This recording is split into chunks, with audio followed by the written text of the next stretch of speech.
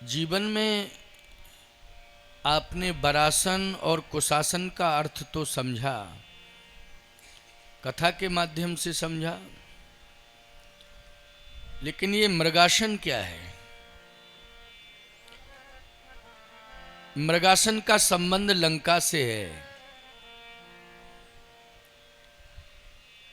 भगवान राम ने 11.5 वर्ष तक प्रवास किया है चित्रकूट धाम में।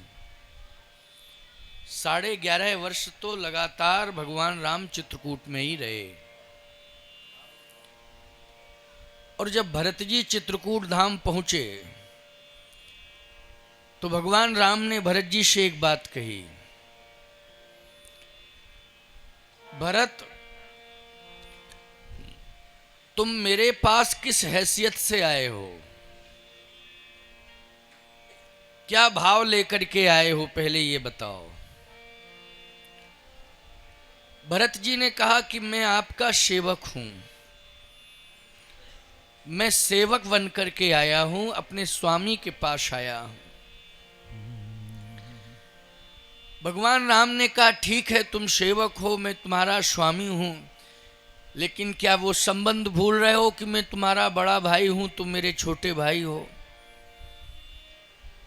भरत जी ने कहा, मैं तो यही कह सकता हूं कि मैं आपका छोटा सा सेवक हूं, लेकिन यह आपकी उदारता है कि आप इस अकिंचन को अपना भाई मान रहे हैं। भरत तो इस संसार का सबसे बड़ा अपराधी है। इससे बड़ा अपराधी तो कोई हो ही नहीं सकता है। भगवान ने कहा, जैसे सिद्ध करो अपराध। वाणी से ये कहना कि मैं अपराधी हूं या पापी हूं, ये अलग बात है, लेकिन सिद्ध तो होना चाहिए कि तुमने पाप क्या किया है, अपराध क्या किया है, सिद्ध करो। भरत जी ने कहा कि यही सिद्ध हो रहा है कि मोह समान को पाप निवासु, जहीं लग सिया राम बनवासु। मेरे समान कोई पापी नहीं है, क्योंकि मेरे कारण ही तो आपका वनवास हुआ। अगर मैं इस दुनिया में ना होता तो आपका वनवास ना होता। ये सबसे बड़ा अपराध मेरे जीवन से हुआ है कि आपको वनवास मिल गया। ये जीवन दुनिया में आने के लायक नहीं था। ये जीवन मुझे क्यों मिला? इस जगत में जीने का अधिकार परमात्मा ने क्यों दिया मुझे? क्योंकि मैं आपके कार्य में सहयोगी नहीं बन पाया, बल्कि आपके कार्य में विरोधी बन करके आया। यदि मैं आपके राज्याभिषेक का सहयोगी बन जाता तब तो मेरा जीवन धन्य था, लेकिन मैं विरोधी बन गया हूं। अहय देव में कत जग जायो, ओ प्रभु के कऊ काम न आयो। मैं भगवान के एक भी कार्य का सहयोगी नहीं बन पाया, इसलिए मेरा जीवन दुर्भाग्य से जुड़ा हुआ है। भगवान ने भरत के मुख पर हाथ रख दिया, चुप कर। तुम पापी अपराधी कह रहे हो अपने को? अगर भरत तुम इस जगत में ना आए होते तो प्रेम समुद्र का मंथन नहीं होता। प्यारे, ये सामने जो समुद्र है, जिसके तट पर हम बैठे हुए हैं, इसका मंथन देवताओं ने और दैत्यों ने मिलके किया था। क्यों भाई, किया था ना? समुद्र मंथन जब हुआ तो एक नहीं दो तत्व जुड़ गए। एक दैत्यों की ओर से पक्ष हुआ और दूसरा देवताओं की ओर से। देवताओं ने और दैत्यों ने दोनों ने मिल करके समुद्र का मंथन किया। लेकिन भरत, समुद्र का मंथन होना कोई बड़ी बात नहीं है, प्रेम का मंथन होना ये सबसे बड़ी बात है। भरत, प्रेम समुद्र का जो मंथन हुआ है वो तुम्हारे द्वारा ही हुआ है। और याद रखना भरत, अगर समुद्र के मंथन में सबसे पहले विष निकला था तो भरत, प्रेम मंथन में भी संपूर्ण समाज के लोगों ने कैकेयी की वाणी को विष के रूप में ही स्वीकार किया कि कैकेयी ने विष बमन किया। क्या किया? विष बमन किया है। तो इस प्रेम समुद्र से भी सबसे पहले विष निकला। लेकिन याद रखना भरत, समुद्र से जो विष निकला उसको भगवान शिव ने पान किया। लेकिन जो कैकेयी की वाणी से जो विष निकला है उसको राम ने पान किया है।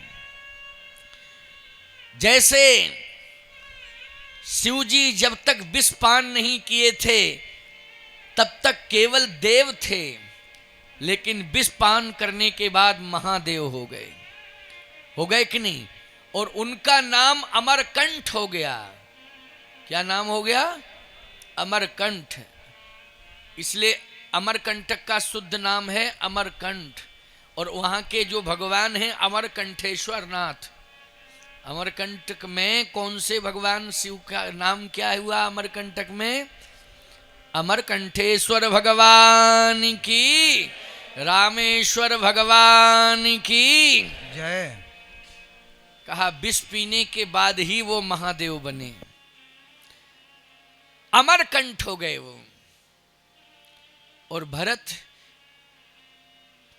कैकेयी की जो वाणी विषयुक्त निकली समाज की दृष्टि में, उसने राम के व्यक्तित्व को अमर कर दिया है। बोलो, किया है कि नहीं किया है? राम का व्यक्तित्व आज अमर हुआ है तो अयोध्या में रहने के कारण नहीं, बनवासी गिरवासी बनने के कारण हुआ है। आज रामेश्वर नाथ भगवान का धाम जो बना है वो कैकेयी जी के विष के कारण बना है। बोलो, बना कि नहीं? तो जिसकी वाणी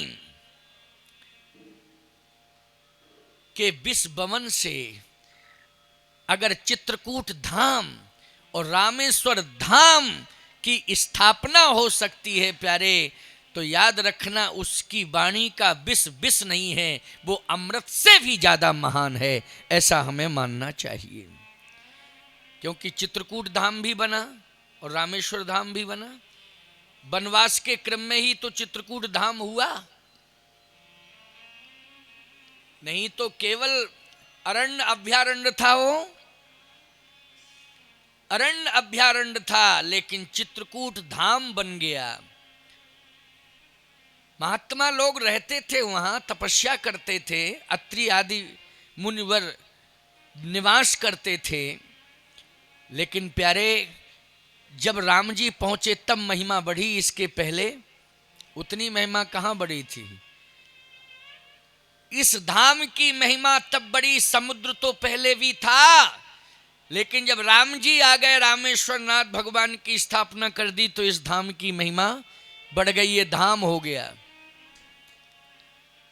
अरे भाई, अगर ये कहा जाए कि समुद्र के किनारे महात्मा नहीं रहते थे, तो समुद्र के किनारे अगर महात्मा न रहते होते तो राम जी के आने के पहले तो अगस्त जी ने इस समुद्र को पी लिया था।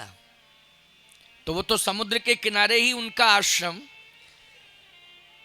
अगर समुद्र के किनारे न रहते अगस्त जी, तो आश्रम में अगर उनका आश्रम समुद्र के समीप न होता तो समुद्र को कैसे पी लेते। तो महात्मा अगस्त तो पहले भी रहते थे। बोलो, रहते थे कि नहीं? और भगवान शंकर अगस्त के आश्रम में कथा सुनने आते थे तो शिवजी समुद्र के किनारे भी तो आते थे, कैलाश को छोड़ करके समुद्र के किनारे भी तो आए कथा सुनने। लेकिन बोलो रामेश्वर धाम बना क्या? नहीं बना। राम जी के आने से ये रामेश्वर धाम बना। तो राम जी को वन भेजा किसने? माता कैकेयी के शब्द ने। तापस वेश विशेष उदासी और 14 वर्ष राम वनवासी। तो माता कैकेयी के शब्द ने राम को वन भेजा। दुनिया की दृष्टि में कैकेयी का शब्द विष है, लेकिन भगवान राम की दृष्टि में अमृत है। वो क्या है? अमृत है। संसार की दृष्टि में समुद्र से विष निकला है, लेकिन पान करने के बाद भगवान शिव कहते हैं मैंने तो अमृत को पिया है। क्योंकि विष पीने के बाद मृत्यु होती है, लेकिन अमृत पीने के बाद व्यक्ति अमर हो जाता है। तो मैं तो अमर हो गया हूं, क्योंकि मेरा नाम ही हो गया अमरनाथ भगवान की। उनका एक नाम क्या है? अमरनाथ। आप लोग यात्रा करते हो ना अमरनाथ की, बहुत लोग गए होंगे अमरनाथ। तो भगवान शंकर का एक नाम अमरकंठेश्वर, एक नाम अमरनाथ। तो अमरनाथ भी बन गए वो। बोलो विष पीने के बाद कोई मरता है कि अमर होता है? हैं? हमारी समझ में तो अस्तित्व चला जाता है विष पीने के बाद, लेकिन अमर हो गए। राम जी की कीर्ति अमर हो गई। प्यारे, दशरथ का नाम तब लिया जाता है जो राम भक्ति से ओतप्रोत होगा, तब वो दशरथ का स्मरण करेगा। बोलो करेगा कि नहीं करेगा? लेकिन दशरथ के बाप अज का स्मरण तो कोई करता ही नहीं है। भागवत वगैरह होती और जब क्यों भाई इक्ष्वाकु वंश का वर्णन होता है तब अज का नाम ले लिया जाता है। बोलो लिया जाता है कि नहीं? लेकिन दशरथ की महिमा तो राम के कारण बढ़ी, लेकिन दशरथ के कारण अज की महिमा नहीं बढ़ी। राम के कारण दशरथ की महिमा बढ़ी है। तो ये कैकेयी ने महान बनाया है राम जी को। भरत जी से यही बात तो कह रहे हैं कि अपनी मां कैकेयी को दोष मत देना। अगर तुम अपने को पापी मान रहे हो तो इसका मतलब है कि तुम माता कैकेयी को दोषी मान रहे हो। यही अर्थ है ना, यही संकेत है कैकेयी की ओर संकेत। नहीं भरत, दोष दे जननी जड़ते और जिन गुरु साधु सवा नहीं सेई। कैकेयी को दोष मत देना भरत। यदि दोष कोई देगा तो वो जड़ होगा। जड़ मानी मूर्ख। भरत जी ने कहा मैं किसी को दोष नहीं दे रहा हूं, अपने आप को दोष दे रहा हूं। भगवान ने कहा तो अपने आप को भी दोष मत दो, अपने आप को भी दोष मत दो। क्यों? इसलिए कि तुम्हारे समान तो भाग्यवान दुनिया में कोई है ही नहीं। भरत, तुम्हारे समान तो भाग्यवान दुनिया में कोई है ही नहीं। भरत जी ने कहा कि ये किसने कहा कि मैं भाग्यवान हूं? कहा अभी अभी पिछले समय की बात है कि तीर्थराज प्रयाग में भरद्वाज जी ने ही कहा। भरद्वाज जी साथ में आए प्रयागराज से चित्रकूट। भगवान राम ने कहा भरद्वाज जी बताइए, मैं भी गया प्रयाग और भरत जी भी आए मेरे बाद प्रयाग में। अब आप राम आए उस समय कैसा आपको लगा, और फिर राम के बाद भरत आए प्रयाग में तब कैसा लगा?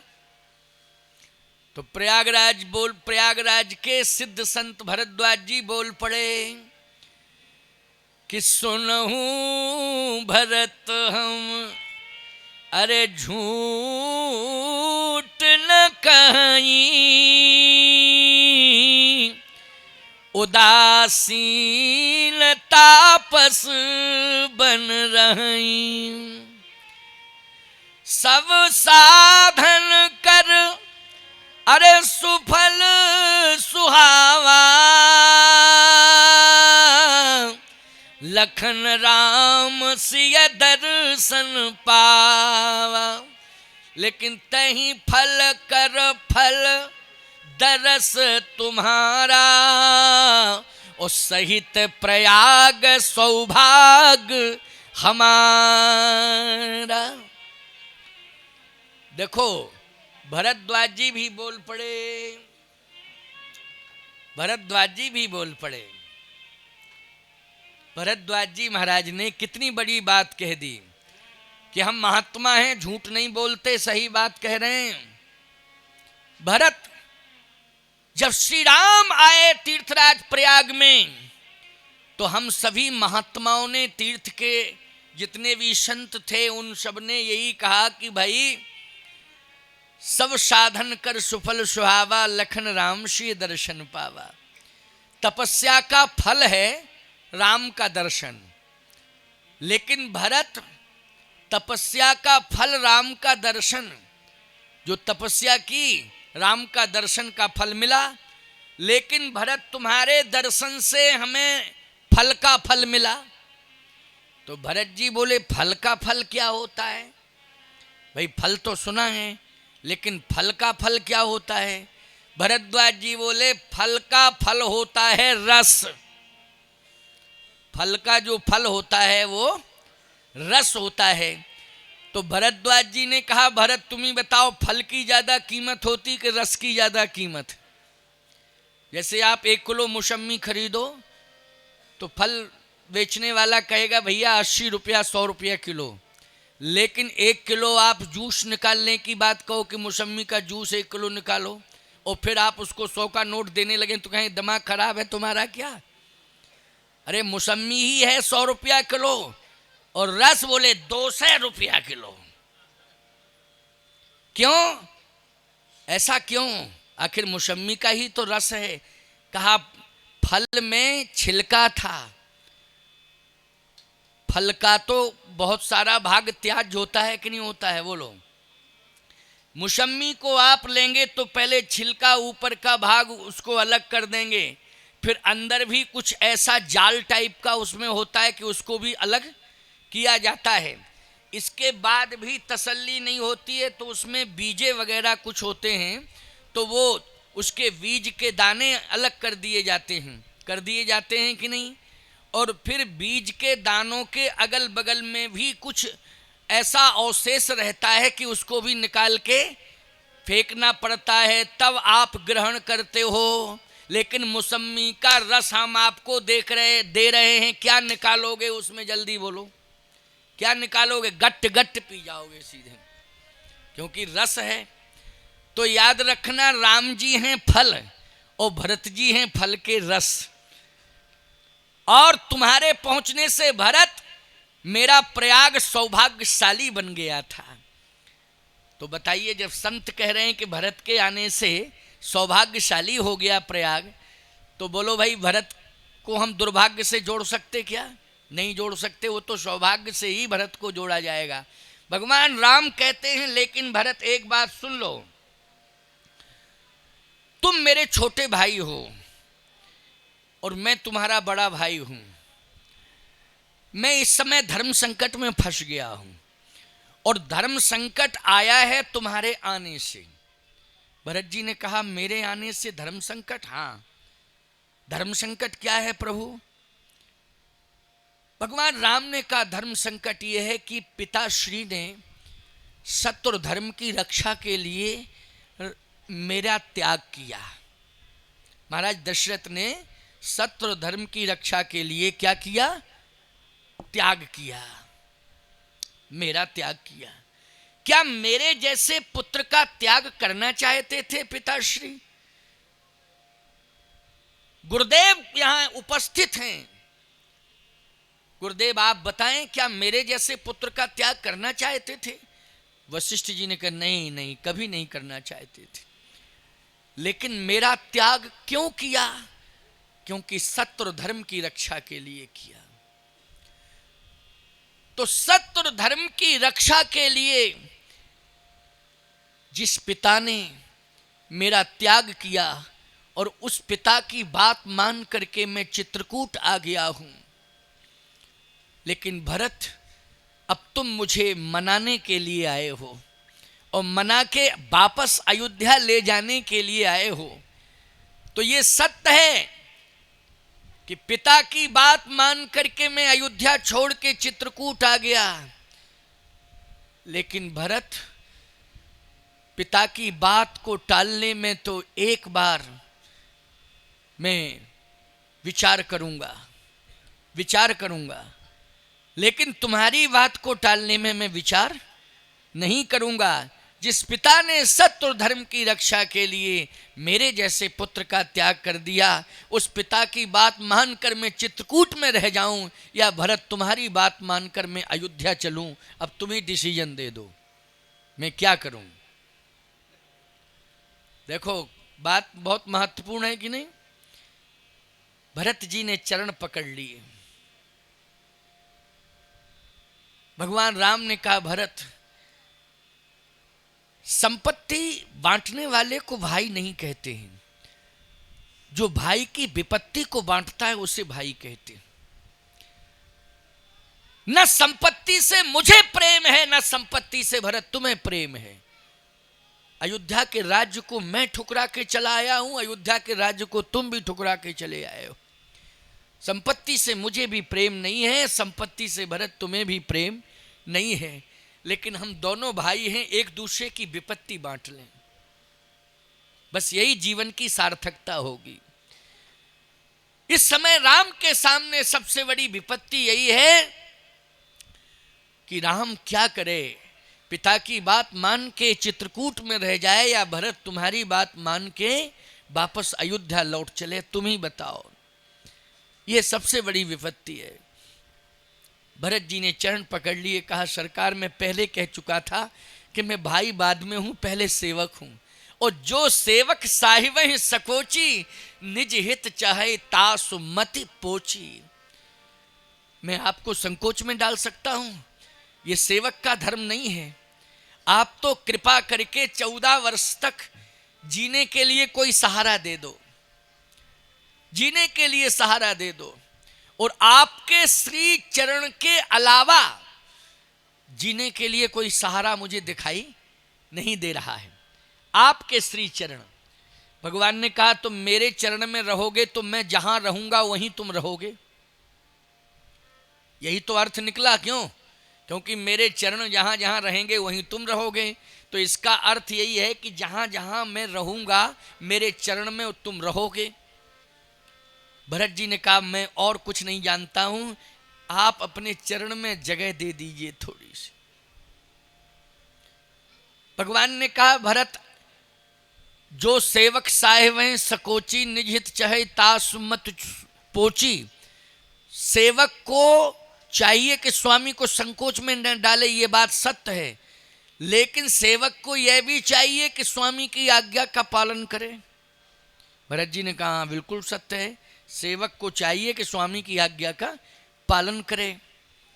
तो भरत, राम इस बात का स्पष्टीकरण कर रहा है कि लक्ष्मण में और भरत में इतना ही अंतर है। दुनिया वालों सुन लो कान खोल करके, लक्ष्मण वहीं रहेगा जहां राम रहेंगे, जहां राम रहेंगे वहीं लक्ष्मण रहेगा। राम के बिना लक्ष्मण रह नहीं सकता है, लेकिन भरत को जहां राम रखेंगे वहां भरत रहेगा। यह मैं दावे के साथ कह रहा हूं। राम जहां भरत को आज्ञा देकर के रखेंगे वहां भरत रहेगा। तो याद रखना, सेवक स्वामी के सेवा करे पास में रह के, वो सेवक अच्छा है कि जो आज्ञा का पालन करे, आदेश स्वामी दे उस आदेश का पालन करे, वो श्रेष्ठ सेवक है। बोलो, वही श्रेष्ठ सेवक है। जैसे हमारे चित्रकूट धाम कामदगिर दरबार में लगभग 200 लोग निवास करते हैं स्थायी रूप से। स्थायी रूप से 200 लोग रहते ही रहते हैं, आश्रम परिसर में रहते हैं 24 घंटे। आप कहोगे 200, उनमें कुछ तो संत हैं, 100 से ज़्यादा तो संत ही रहते हैं। गौशालाओं के कुछ सेवक रहते हैं। आयुर्वेद की एक डिस्पेंसरी चलती है, निःशुल्क सेवा होती है, उसके लिए कुछ डॉक्टर हैं, कुछ कंपाउंडर हैं, कुछ अन्य लोग हैं जो दवाइयाँ हमारे यहाँ से, हम फर्रुखाबाद से कच्ची दवाइयाँ मंगवाते हैं। फर्रुखाबाद के आगे कौन सी जगह है, कासगंज है, क्या है वो उधर, उधर आयुर्वेद का फार्मेसी है क्या? वहाँ से हमारे यहाँ कच्चा माल आता है, कुछ कानपुर से ही आता है, कुछ और जगह से भी हम मंगाते हैं। तो हमारे यहाँ सिद्ध की जाती हैं दवाइयाँ और निःशुल्क आयुर्वेद की औषधियाँ वितरण होती हैं। तो उसका स्टाफ भी 12-14 लोगों का है, वो भी वहीं रहता है। 500-600 लोगों का, 700 लोगों का लगभग प्रसाद तैयार होता है और आश्रम के 200 लोग अलग, 1900 लोगों का प्रतिदिन भोजन होता है। उसके लिए लगभग जो है भंडारी और कुठारी आदि आदि मिला करके सब 20-22 लोगों का स्टाफ वो हो जाता है। लगभग 200 लोगों का निवास रहता है। लेकिन प्यारे, वो सब मेरी आज्ञा का पालन करते हैं। अब मैं आया रामेश्वर धाम, अब वो सब सोचते कि स्वामी जी हमारे जहाँ रहेंगे हम वहीं रहेंगे 200। तो क्यों भाई संतोष जी, व्यवस्था बिगड़ती कि नहीं बिगड़ती बोलो? हैं, मैं मानता हूँ कि 200 लोगों की व्यवस्था, ये बहुत भक्त हैं संतोष जी और इनका जो ग्रुप है, जैसे बद्रीनाथ बांके बिहारी, क्यों ये इसी नाम से है ना, बद्री विशाल बांके बिहारी ट्रस्ट, सेवा ट्रस्ट, सेवा न्यास जो है आपका, उसके जितने भी सदस्य आपके हैं सहयोगी, वो आस्थावान हैं, वो व्यवस्था बना देते। भाई हम कहते कि नहीं आएंगे 200, तो ठीक है महाराज जी, थोड़ा भार अधिक पड़ेगा, लेकिन फिर भी संत आ रहे हैं, हम व्यवस्था बनाएं। लेकिन आश्रम की व्यवस्था तो बिगड़ जाती, चित्रकूट की जब सारे लोग यहीं आ जाते तो व्यवस्था बिगड़ जाती। लेकिन नहीं, मेरे साथ जो सेवा करने के लिए आए हैं वो तो सेवक हैं ही, महत्वपूर्ण सेवक हैं, लेकिन जो मेरी आज्ञा का पालन करके आश्रम की सेवा में 24 घंटे सेवारत हैं, वो अति महत्वपूर्ण सेवक हैं मेरे। मैं यहीं से उन्हें आशीर्वाद देता हूँ। बोलो हैं कि नहीं प्यारे? वो बहुएं धन्य हैं जिन्होंने सासों को भेज दिया यहाँ रामेश्वर धाम में कि जाओ कथा सुनो, और वो सासें धन्य हैं जिन्होंने बहू को बेटी मान करके भेज दिया कि जाओ बिटिया। हम दोनों की बात कह रहे हैं। अगर सास ने बहू को भेज दिया है तो वो साधुवाद की पात्रा है, और बहू ने अगर सास को भेज दिया है तो वो साधुवाद की पात्रा है। मतलब एक दूसरे का सहयोग करना चाहिए और आज्ञा का पालन करना चाहिए। स्वामी उसी में प्रसन्न, जो घर का गृह स्वामी होता है वो तब प्रसन्न होता है जब एक दूसरे प्रेम से रहकर और कार्य का विभाजन कर लेते हैं और सुचारू रूप से उसको संपादित कर देते हैं। तो गृह स्वामी को अत्यधिक प्रसन्नता होती है कि मेरा गृह संचालन सफल हो गया। क्यों भाई, यही भाव है कि नहीं? मेरा गृह संचालन सफल हो गया, ऐसा मान लिया जाता है। तो प्यारे, मैं ये कहना चाहता हूँ, ध्यान से सुनना, समझने की कोशिश करना कि भरत जी कहते हैं कि आप तो आदेश दो, आज्ञा का पालन मैं करूंगा, आपकी आज्ञा क्या है? भगवान राम ने कहा मेरी आज्ञा तो यही है कि तुम अयोध्या वापस जाओ। अयोध्या वापस? हाँ। तो मैंने तो निवेदन किया था कि मैं चरण के पास रहूंगा, आपके चरण के पास। भगवान ने कहा चरण तो नहीं, लेकिन चरण की चरण पादुकाएं दे रहा हूं। क्या दे रहा हूं? चरण की चरण पादुकाएं। तो भरत जी ने कहा ये तो चरण पादुकाएं हैं, लेकिन चरण ज्यादा महत्वपूर्ण है। भगवान ने कहा नहीं भरत, चरण में तुम रहोगे, लेकिन चरण तो कभी तुमसे दूर भी जा सकते हैं, लेकिन चरण पादुकाओं की शरण में अगर रहोगे तो एक ना एक दिन चरण पादुकाओं के पास जरूर आएंगे। क्यों आएंगे कि नहीं आएंगे? अच्छा एक बात बताओ, आपने अपनी चरण पादुकाएं कह लो, जूता चप्पल कह लो, कुछ भी कह लो, आपने अपने जूता चप्पल बाहर उतारे ही होंगे, जरूर उतारे होंगे कि साथ ही में लेके बैठे हो हैं? अच्छा बाहर उतारे। अब जूता चप्पल आपके पास आएंगे क्या? लेकिन आप स्वयं चल के जाएंगे कि नहीं जाएंगे? 2 घंटे बाद, 2.5 घंटे बाद, 3 घंटे बाद जाएंगे कि नहीं जाएंगे? जरूर जाएंगे, नियम है वो। तो भगवान कहते हैं चरण पादुकाएं अगर तुम्हारे पास रहेंगी तो हम चरण पादुकाओं के पास तो आएंगे ही आएंगे, क्योंकि मेरी है। और जब चरण पादुकाओं के पास हम आएंगे और चरण ही चल के चरण पादुकाओं के पास आएंगे तो भरत एक दिन तुम्हें, आज तो चरण पादुकाएं मिली हैं, लेकिन एक दिन तुम्हें चरण और चरण पादुकाएं दोनों ही प्राप्त हो जाएंगी। बस विश्वास करो, विश्वास लेकर के जाओ।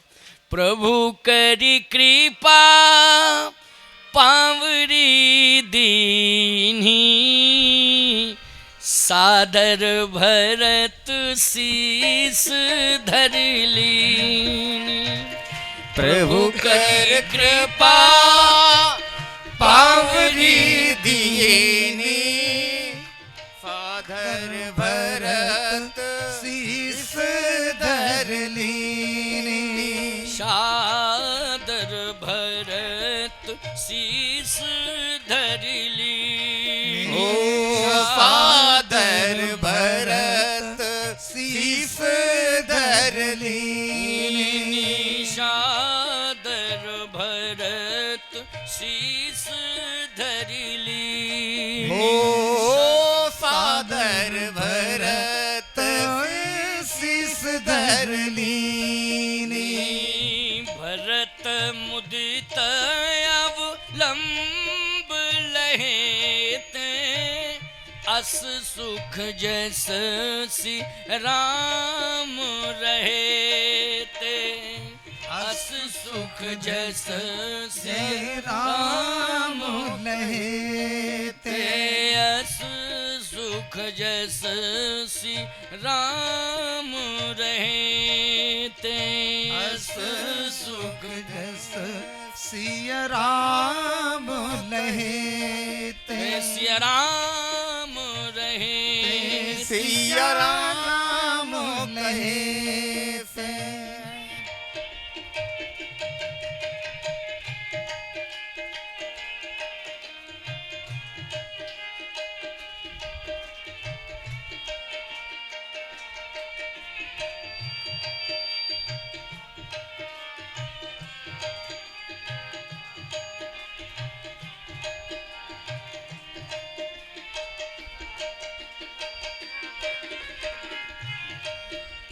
राम रहेते।